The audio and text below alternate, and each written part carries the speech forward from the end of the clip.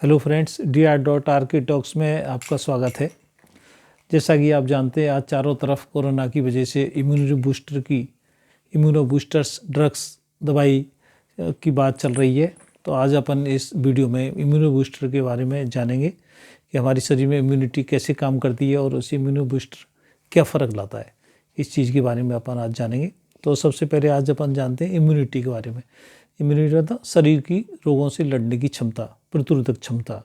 तो इसके बारे में जानते हैं, शरीर की प्रतिरोधक क्षमता क्या होती है, इसमें कौन कौन से ऑर्गन काम करते हैं और बूस्टिंग इसमें क्या इफेक्ट लाता है, कैसे इम्यूनो बूस्टर काम करते हैं, इस बारे में आज अपन जानेंगे। तो सबसे पहले जानते हैं अपन कौन कौन से ऑर्गन इम्यूनिटी से संबंधित हैं या शरीर की जो रोग प्रतिरोधक क्षमता है उसमें काम करते हैं। तो सबसे पहले अपनी स्किन है, चमड़ी है। कोई भी जानवर है या आदमी है तो वो सीधे सीधे कोई चीज़ का अटैक होता है तो उसको रोक देती है स्किन। सीधे सीधे जैसे ठंडी हवा है या जैसे ही कोई कांटा चुभना है या कोई चीज़ चुभनी है तो उसको वो चमड़ी रोकने में मदद करती है। फिर उसके बाद अपन मुँह से ही शुरू करते हैं। तो सबसे पहले मुँह में जो म्यूकस मेम्ब्रेन है, स्किन हो गई, फिर म्यूकस मेम्ब्रेन जो मुँह के अंदर जो लाइनिंग है वो अपने मुँह के अंदर लार बनाती है। तो लार से क्या होता है, जैसे अपन खाना खाते हैं, चबाते हैं तो बहुत सारे बैक्टीरिया उसमें किल हो जाते हैं या मर जाते हैं। फिर उसके बाद में टॉन्सिल है, टॉन्सिल जो बैक्टीरिया के लड़ने का काम करते हैं। फिर उसके बाद अपने पेट में स्टोमक है, जहाँ खाना इकट्ठा होता है। आमाशय है, उसमें गैस्ट्रिक जूस सीक्रेट होते हैं, वो भी इम्यूनिटी देते हैं, बैक्टीरिया को किल करते हैं, खाने को पचाते हैं। ऐसे ही आगे जाके आँत हैं और अपने मूत्राशय है या मलाशय है, जो उसकी जो म्यूकस मेम्ब्रेन है वो भी शरीर के लिए इम्यूनिटी प्रोवाइड करती है। और ऑर्गन्स जो इसमें सहायक हैं उसमें लिवर है, स्प्लीन है और उसकी बोन मैरो है, मतलब हड्डियों के अंदर पाए जाने वाला मज्जा है, उसको बोन मैरो कहते हैं, बोन मैरो है। फिर उसके बाद में गैस्ट्रिक जूस और थाइमस ग्लैंड होती है, थाइमस ग्लैंड है और लिम्फ नोड्स तो मेन है ही। शरीर के अंदर गांठ है उसको लिम्फ नोड कहते हैं, लसिका ग्रंथि कहते हैं, लसिका तंत्र कहते हैं, वो इसमें मुख्य पार्ट प्ले करता है इम्यूनिटी के अंदर। तो इम्यूनिटी कौन कौन सी तरह की होती है, तो इम्यूनिटी रोगों से लड़ने की अपन को क्षमता देती है। तो एक तरह से अपन यूँ जानते हैं कि शरीर के अंदर युद्ध चल रहा है, तो युद्ध की स्थिति हो जाती है तो शरीर उसके लिए तैयारी करता है। तो उसी के बारे में अपन जान रहे हैं। तो सबसे पहले है जन्मजात इम्यूनिटी, जो अपन को या सभी को, जो भी जानवर है उसको जन्म से ही मिलती है। तो ये प्रकृति प्रदत्त है, जन्म से ही मिलती है। तो सबसे पहले जो जन्मजात जो इम्यूनिटी होती है इसको इनेट इम्यूनिटी कहते हैं। ये सभी जो भी छोटे जानवर हैं, बड़े जानवर हैं, सभी में ये मिलती है। तो इसमें क्या होता है कि जो ये नॉन स्पेसिफिक होती है, ये किसी पर्टिकुलर एक डिजीज़ के लिए नहीं होती है, इसलिए नॉन स्पेसिफिक है। और उसमें कैसे काम करती है जन्मजात जो इम्यूनिटी, कैसे काम करती है, तो उसके अपन एक दो उदाहरण से जानते हैं। तो इस सबसे पहले इन्फ्लेमेशन। तो इन्फ्लेमेशन में क्या होगा, जैसे मान लो अपना हाथ है, इसमें एक कांटा चुभ जाए मान लो, तो इससे अपन समझ जाएंगे कांटा चुभ जाए तो शरीर उसके लिए तैयार होता है, भाई कोई आक्रमण हो गया है। तो शरीर उसके लिए क्या रेस्पॉन्स देगा कि अपन देते हैं कांटा चुभ जाता है, कांटा भिल भी निकल जाए तो वहाँ सूजन आ जाएगी, दर्द हो जाएगा, लाल हो जाएगा, बुखार चढ़ने लग जाएगा, मवाद हो जाएगा। ऐसी स्थिति उसको कांटा चुभते ही आ जाती है। वो क्यों हो जाता है, जैसे ही कांटा चुभता है तो जो शरीर के अंदर जो टिश्यूज़ हैं उसको इंजरी होती है, टिश्यू को इंजरी होती है, उसमें से काइनिन हार्मोन से वो लिबरेट होते हैं, जिसमें साइटोकाइनिन, कीमोकाइनिन, ब्रेडिकाइनिन, इस तरह के हार्मोन होते हैं। उससे फिर वेजोडाइलेटेशन होता है, खून की नली चौड़ी हो जाती है, उसमें प्लाज्मा का फ्लो बढ़ जाता है और जो ग्रेनुलोसाइट्स हैं, खासतौर से ग्रेनुलोसाइट्स हैं, वो बाहर आ जाती हैं और उसमें युद्ध की स्थिति आ जाती है। जब टिश्यूज ज़्यादा, जो ग्रेनुलोसाइट ज़्यादा डेड होती हैं, उसी को अपन पस कहते हैं।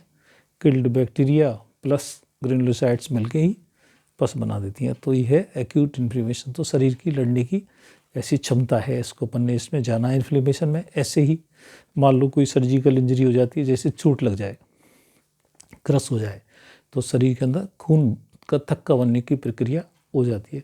तो उसमें प्लेटलेट्स और कोगुलेशन फैक्टर हैं, वो मेन पार्ट प्ले करते हैं। तो ऐसे करके अपन ने इसको जन्मजात जो इम्यूनिटी है उसके बारे में जाना है। फिर उसके बाद होती है एक्वायर्ड। जो इम्यूनिटी प्राप्त की जाती है। अपन प्राप्त कर सकते हैं कैसे करके, ये किसका गुण है? वर्टिब्रेट्स का, जिनमें रीढ़ की हड्डी होती है। ऐसे जानवर हैं जो मेमल से बच्चा देते हैं या जिनमें रीढ़ की हड्डी होती है, उन्हीं में ये इम्यूनिटी होती है। ये रोग छोड़ने की क्षमता है वो ख़ास तौर से वर्टिब्रेट होते हैं, उन्हीं में ही होती है। बाकी जो निम्नतर जानवर हैं उनमें ये देखने को नहीं पाया गया। तो एक्वायर्ड इम्यूनिटी कौन कौन सी होती हैं मनुष्य के अंदर, कौन कौन सी होती हैं जो प्राप्त कर लेते हैं इम्यूनिटी या रोग प्रतिरोधक क्षमता है जिसको प्राप्त कर लेते हैं? उसमें क्या होता है? एक्वायर्ड वाली में सबसे पहले है नेचुरल, प्राकृतिक तौर पे ही अपन को मिलती है। तो प्राकृतिक तौर पे कैसे मिलती है? जैसे मान लो बच्चा है तो माँ के दूध में IgA एंटीबॉडी होती हैं जो माँ अपने बच्चे को देती है, अपने दूध के थ्रू बच्चे को पहुँचाती है। तो वो नेचुरल फिनोमेना है एक्वायर्ड इम्यूनिटी का, कि माँ अपने बच्चे को रोगों से लड़ने की क्षमता दूध के माध्यम से पहुँचा रही है। फिर उसके बाद में है इन्फेक्शन। कोई एक इन्फेक्शन हो गया तो वो एक्टिव हो गया, कोई इन्फेक्शन हो गया तो अगली बार में मान लो वो इन्फेक्शन दोबारा होगा तो शरीर उससे लड़ने की क्षमता पैदा कर लेता है। वो एंटीबॉडी के थ्रू भी हो सकता है, इम्यूरल भी हो सकती है और सेल मीडिएटेड भी हो सकती है। ऐसे करके ये नेचुरल हो गई। फिर उसके बाद में हो गई आर्टिफिशियल। आर्टिफिशियल कैसे आएगी? एक तो जैसे पैसिव तरह की है आर्टिफिशियल में, पैसिव इम्यूनिटी। तो पैसिव में क्या होगा? अपन ने जाना था कि कोरोना टाइम में प्लाज्मा थेरेपी, जो प्लाज्मा जैसे मरीज कोरोना का वो ठीक हो गया तो उसमें एंटीबॉडी डेवलप हो गई।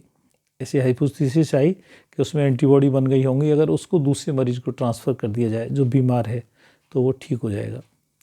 हालांकि ये टाइम के हिसाब से सही नहीं उतर पाई थी, फिर भी एंटीबॉडी ट्रांसफ़र हो सकती है, ये पैसिव इम्यूनिटी कहलाती है। फिर उसके बाद में है एक्टिव इम्यूनिटी।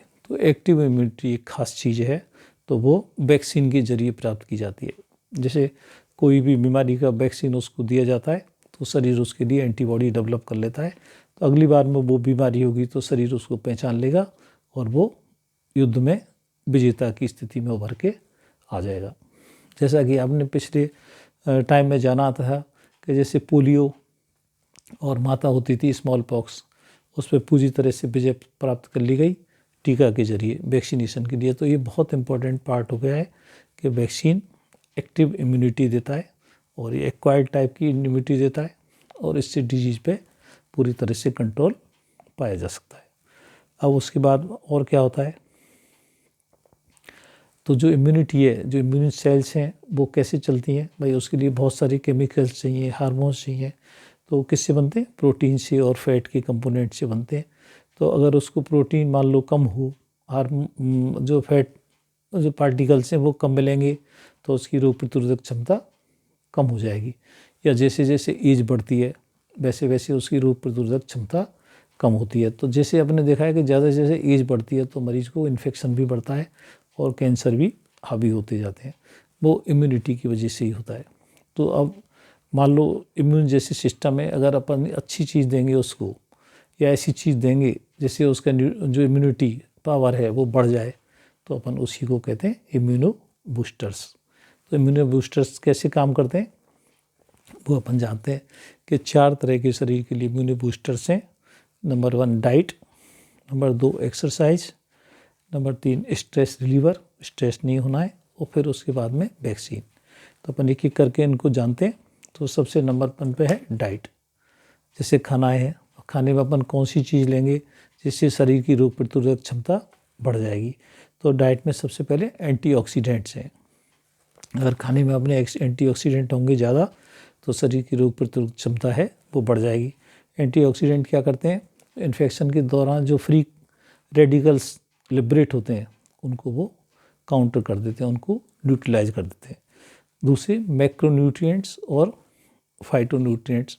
अपन ने पहले जाना था खाने के जो पोषक तत्व हैं वो उस खाने में होने चाहिए। पोषक तत्व में vitamin E, vitamin C, vitamin D, zinc, selenium और कोबाल्ट। या फिर फाइटोकेमिकल्स है जिसमें फिनॉल, पॉलीफिनॉल्स, गैलिक एसिड्स ऐसे हैं, और मैग्नीशियम। ऐसे करके ये माइक्रोन्यूट्रिएंट्स में होंगे तो अपना इम्यून सिस्टम है वो मजबूत हो जाएगा या अच्छी तरह से वो बीमारी से लड़ सकेगा। फिर उसके बाद में अमाइनो एसिड्स हैं जो प्रोटीन से आते हैं, न्यूक्लियोटाइड्स हैं और ओमेगा फैटी एसिड्स हैं। ओमेगा 3 ओमेगा 6 फैटी एसिड्स हैं जो फैट के माध्यम से, गुड फैट से अपन को मिलते हैं। अपन ये जानते हैं भाई कौन सी डाइट है जिससे अपन को एंटीऑक्सीडेंट्स मिलेंगे या माइक्रो और फाइटोन्यूट्रिएंट्स मिलेंगे। तो उन चीज़ों में है सबसे पहले नंबर 1 हल्दी, फिर उसके बाद लहसुन, फिर उसके बाद खट्टी फलें, इसमें संतरा है, अमरूद है, आंवला है, नींबू है, फिर अदरक है, पालक है, दही है, बादाम है, पपीता है, कीवी है और डेयरी प्रोडक्ट्स हैं, दूध है, दही है, छाछ है और गोभी है। ऐसे करके न्यूट्रिएंट्स हैं जिनमें ज़्यादा न्यूट्रिएंट्स फाइटोन्यूट्रिएंट्स होते हैं तो अपने इम्यून सिस्टम को मजबूत करते हैं और वो एक तरह से इम्यूनो बूस्टर कहलाते हैं। फिर उसके बाद एक्सरसाइज है, जैसे अपन व्यायाम करेंगे तो मसल की पावर, अपने पिछले एपिसोड्स में जाना था, मसल्स की पावर बढ़ेगी, मसल की टोन बढ़ेगी। एक्सरसाइज करेंगे तो शरीर की क्षमता बढ़ेगी और इम्यून सिस्टम भी मजबूत होगा। फिर उसके बाद में स्ट्रेस, अपन ने पिछले एपिसोड्स में भी जाना था, अगर तनाव है शरीर में तो अपने इम्यून सिस्टम को, जो प्रतिरोधक जो तंत्र है उसको कमज़ोर कर देता है। तो स्ट्रेस से अपन को बचना है। फिर सबसे इम्पोर्टेंट पार्ट है वैक्सीन।